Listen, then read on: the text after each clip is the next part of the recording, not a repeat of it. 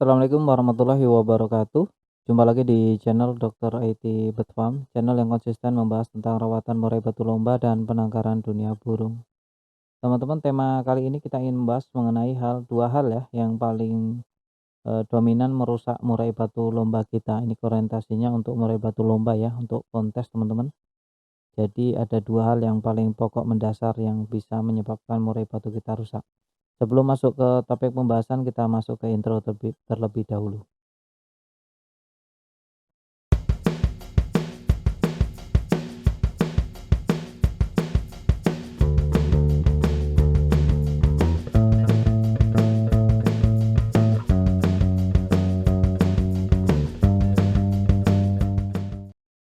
Nah, tema kali ini tentang dua hal yang paling dominan merusak murai batu, teman-teman. Jadi sudah banyak banget kasus yang mana murai batunya rusak ya gara-gara dua hal ini. Jadi teman-teman nanti perlu dihindari kalau ada hal-hal seperti ini yang harusnya tidak dilakukan ya, jangan sampai dilakukan karena yaitu dampaknya fatal.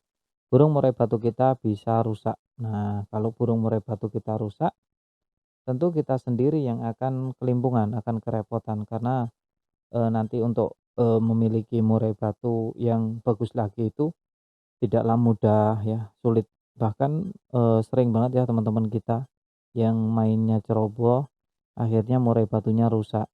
Ya udah murai batunya rusak dijual nggak laku, terus dijual laku itu ya maksa banget gitu. Dan uangnya untuk membeli murai batu yang bagus lagi itu kurang. Nah, hal-hal seperti itulah yang harusnya kita hindari. Apa yang paling dominan dalam merusak murai batu lomba kita? Yang pertama adalah ego dan ambisi, yakni metode manpack yang keempat ya, yang keempat, yang kelima kan ada karakter burung murai batu. Jadi ini yang keempat ada ego dan ambisi. Kenapa ego dan ambisi bisa menyebabkan murai batu kita rusak? Salah satunya yakni ketika kita melombakan murai batu. Kalau kita sudah mengenal karakter burung murai batu manpack kelima, seharusnya kita bisa menjaga ego dan ambisi tentang metode manpack yang keempat. Ya, kalau kita tidak bisa menjaga ego dan ambisi, yang ada burung murai batu kita moncer setiap minggu.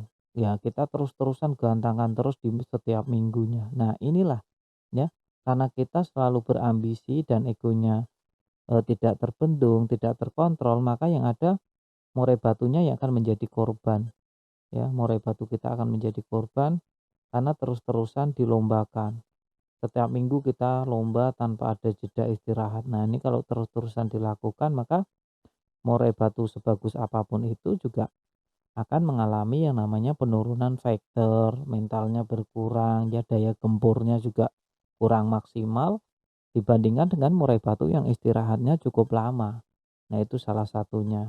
Ada juga murai batu yang muda, wah digempur habis-habisan, yang mentalnya aja belum stabil ya, belum, ibarat kata pondasinya itu belum kuat. Nah, itu jadi gempur habis-habisan. Di sini saya juga ingin sharing tentang murai batu yang umum, yang mayoritas. Saya tidak berbicara tentang murai batu yang minoritas.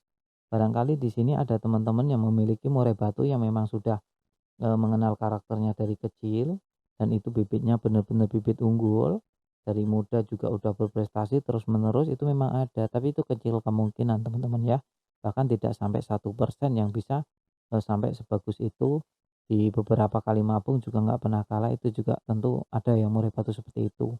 Tapi sebagus apapun murai batu kita tetap dia bukan mesin, dia bukan robot, dia juga butuh istirahat. Nah, jadi untuk melombakan burung murai batu ya kita atur teman-teman, kita atur ritmenya ya.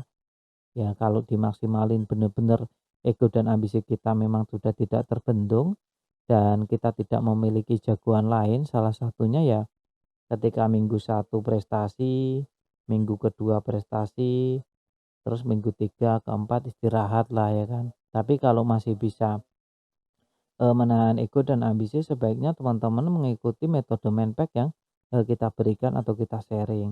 Untuk murai batu dewasa cukup 1 bulan sekali melombakannya ya.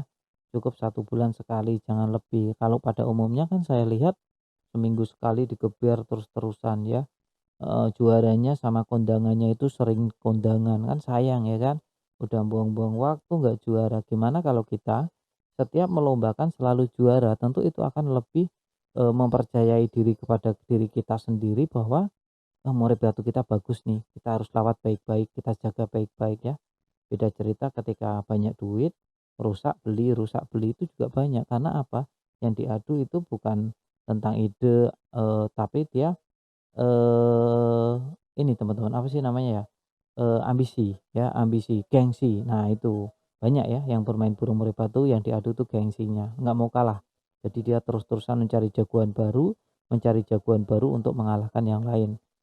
Tapi kurang dalam metode main back yang keempat. Nah, itu penting banget kalau untuk kita yang memang, jangankan beli murai batu ya, untuk nuker murai batu aja masih pikir-pikir karena kurang kurang dana. Nah, itu kan harus hati-hati makanya murai batu mahal, jaga baik-baik ya. Karena yang murah ya, murai batu yang murah susah prestasi teman-teman ya, itu sudah jelas ya, sudah jelas. Yang baru gabung silahkan ya, langsung subscribe aja, ya kadang ada yang skip soalnya teman-teman. Nah itu hal-hal 2 hal, yang satunya adalah di-track. Kita yaitu yang pertama tentang ego dan ambisi melombakan murai harus dijaga baik-baik, yang kedua di-track. Jangan nge-track murai batu teman-teman ya, karena kalau kita nge-track murai batu lomba kecuali murai batu rumahan ya silahkan lah ya kan, karena dia semakin bunyi tanpa aturan, yang penting bunyi terus itu semakin bagus. Beda cerita ketika burung murai batu kontes sebisa mungkin kalau di rumah ya jangan bunyi ya, sebisa mungkin jangan bunyi teman-teman, karena kalau bunyi maka ya tadi murai batunya, tidak kerja maksimal, nanti malah menjadi, repot dan kurang kerja maksimal ya, nanti tenaganya kurang, nah ini malah bahaya.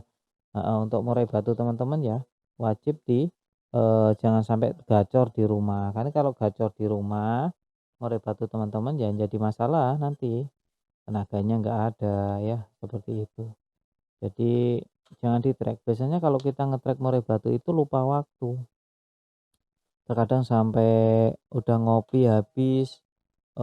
Ternyata murai batunya itu masih di-track aja, itu kan sayang banget ya. Jangan sampai demikian, karena untuk, menjaga murai batu tetap stabil itu tidak mudah, ya, perlu perawatan khusus. Belum, lawan-lawannya juga bukan burung yang sembarangan ya, bukan burung yang, biasa-biasa saja, dia memiliki rawatan yang di atas rata-rata. Salah satu cara untuk mengalahkan, mereka yang udah bibitnya bibit unggul, rawatannya di atas rata, kita juga harus mengatur strategi ego dan ambisi. Di sini kunci kita untuk memenangkan di setiap perlombaan, teman-teman. Jangan sampai kita, di-track di rumah, terus di lomba ya udah capek duluan ya, murai batu kita boro-boro untuk mengeluarkan materi untuk memberi tekanan pada lawan ya.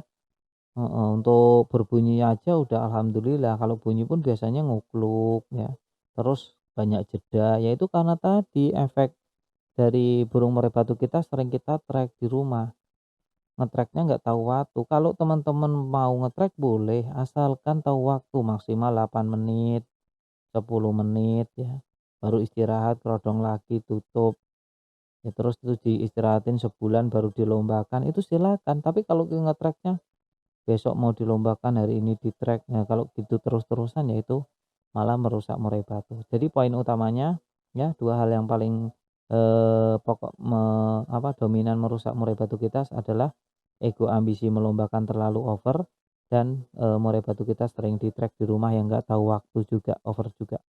Jadi kita masuk ke penutup ya, teman-teman. Perlu dicatat teman-teman sebelum kita mengakhiri video ini, bahwa video ini sebenarnya ditujukan untuk mereka agar lebih waspada untuk menjaga murai batunya. Tapi kembali lagi ke teman-teman semuanya, mau dijalankan silakan, enggak juga enggak apa-apa. Yang jelas saya cuma berpesan murai batunya dijaga baik-baik, jangan sampai rusak ya. Dan perlu dicatat juga, setiap murai memang memiliki karakter yang berbeda-beda. Jadi setiap perawatan tidak perlu diperdebatkan antara satu dengan yang lainnya. Kalau cocok dijalankan, nggak cocok ditinggalkan. Jangan cuma sekedar membaca judul saja ya. Pahami isinya, tonton dari awal sampai detik ini. Bagi teman-teman yang menonton sampai detik akhir ini, saya kira tidak akan ada perdebatan lagi di kolom komentar. Salam sehat.